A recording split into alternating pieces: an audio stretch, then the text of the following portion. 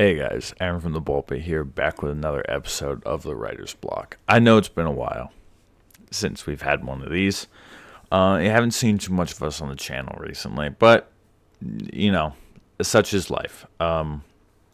Today on the Writer's Block, which is, as you probably hopefully know, a show where I talk about creative or art or whatever related topics that I feel like talking about at any given moment. And I want to talk about the recent casting decision that Marvel Studios has made involving their movies that will be coming out in the next several years. So, as some of you may know, if you're a fan, it seems as though Marvel is moving on from Kang as being a villain with the recent allegations against Jonathan Majors.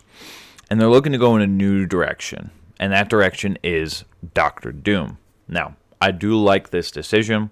I think Doctor Doom is somebody who you can make a lot of very interesting movies about and very interesting writings about. Doctor Doom's a great character. Love Doctor Doom. I'm very excited that will be translated to the MCU. Maybe I'll actually go and watch a movie. I haven't watched one in a while, since Guardians 4. That's the only one I think I've watched since Endgame was over. So, Doctor Doom is now in the MCU. And they revealed who they decided to cast as Doctor Doom on stage, where it was revealed to be the one and only Marvel's golden boy, Robert Downey Jr., which is absolutely insane. And I understand why the MCU did it, right? Robert Downey Jr. in a lot of ways at this point is synonymous with Marvel due to his performance as Iron Man for a very long time. So you want a guy like that around who's quite literally almost directly correlated and tied with your brand. That's an important person to keep around. But also Robert Downey Jr. is a great actor. We saw a bit of a resurgence of that when he won the Oscar for Best Supporting Actor for his role in Oppenheimer. And he obviously works very well within the Marvel Universe, as he's worked with probably several directors and writers and et cetera, and actors, et cetera, in his time in the MCU. So it's a guy you want to keep around. So I understand why they did it. But there are a number of problems I have, and as this is a show where I essentially complain about shit, I'm going to complain a little bit. I think it is a bit, I don't know. I do think it's a bit odd that you would, in a way, taint what Robert Downey Jr. brought to the studio with his performance of Iron Man by recasting him as somebody else. And obviously, they're going to pull some multiverse bullshit where, this is a different world's whatever, which is what makes Doctor Doom and why he's not Iron Man. I know the route they're gonna take to make it make sense.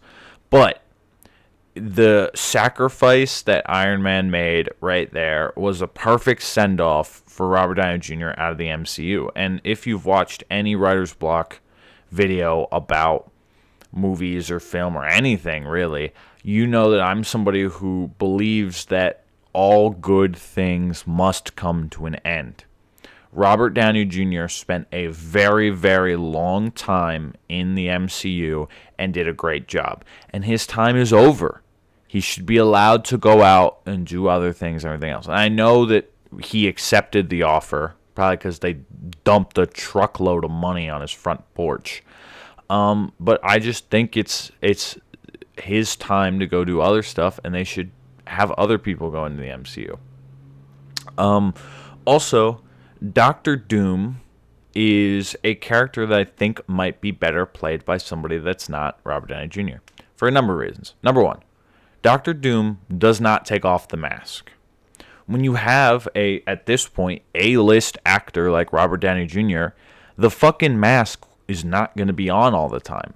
And while, that's not like the biggest disruption to make, like it's fine if Doom has the mask off occasionally and stuff, you want you want Robert Downey Jr.'s face to be seen a lot. Like, if you look at Iron Man, his face seen all the time. Even when he's in the suit, they often do close-ups of his face in the suit, like talking to Jarvis or whatever, Friday or whatever the fuck the other one's called. So, yeah, the mask's always on for Doom, and I don't know if they're going to do that with RDJ. And, it should. It's part of Doom's character. And secondly, going on Doom's character, Doom is supposed to be a just mad genius. He's supposed to be cold and intimidating, calculated, everything else. And while I'm 100% certain that Robert Downey Jr. can do this role, he's a phenomenal actor, and I'm sure that he is able to act as this role. I think there's better actors you could get that are maybe more intimidating. Again, I think our brains are so conditioned at this point to see him as Iron Man, especially when it's not, when he doesn't look like he did in Oppenheimer. Like, I think it'll be really difficult to get the aura that Doom is supposed to have as the mad villain. Just this cold, calculated, petty, like, just, individual, mad villain, super villain across. I don't think that RDJ is the best actor for this role. Don't ask me who the best actor is, because I'm not a casting director, and I'm not that in tune with who's in Hollywood, but I'm sure there's even some B, C, D list actors that would be great, and that would honestly be a good pick in a lot of ways, because Doom doesn't take the mask off. So if you have an actor that's face isn't insanely recognizable, that's a good thing, because you're not going to show the face that much anyways. So yeah, that's just kind of my thoughts on the whole thing. I think that in a lot of ways, Marvel did this as an attention grab to draw attention to Operation Doomsday and everything that's happening with that by making it Robert Downey Jr.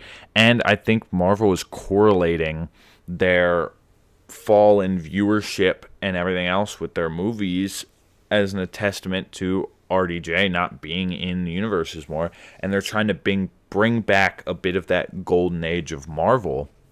But I think they're missing the point on what made the golden age of Marvel a golden age, where you got all those views and you got all this money. It's because people cared. Number one, people cared about the characters, and number two, the universe was smaller in scope. While we obviously knew that this was a shared universe with a bunch of superheroes, there was a limited number of them. The first Avengers movie, there were 6 Avengers, only 3 of which really had movies. Hulk doesn't really count, but only 3 of which had movies. And as it went along, it expanded, but I think that sometimes there can be a little too much going on when you mix all these movies coming out more than ever before, all these TV shows and stuff coming out. I think it's too much for the average viewer to keep up with, unless you're an sanely dedicated to watching all Marvel products. It can be hard to keep up with everything. There's just too many things going on. So I think you got to cut it back, keep it narrow, focus on making good, entertaining movies that feel unique. When you watch a movie, you shouldn't be like, oh yeah, this felt like a Marvel movie. That shouldn't be what this is about. Every movie should feel different. And I feel like early Marvel did a good job of differentiating the feelings of movies. Like Iron Man movies felt different. There was a lot of differences to them and Captain America movies, even though they're both superheroes. Right? And then when the Avengers came around, you always wanted to go see that, because you wanted to see how these different tones, these different environments, these different emotions, these different characters, dynamics, etc.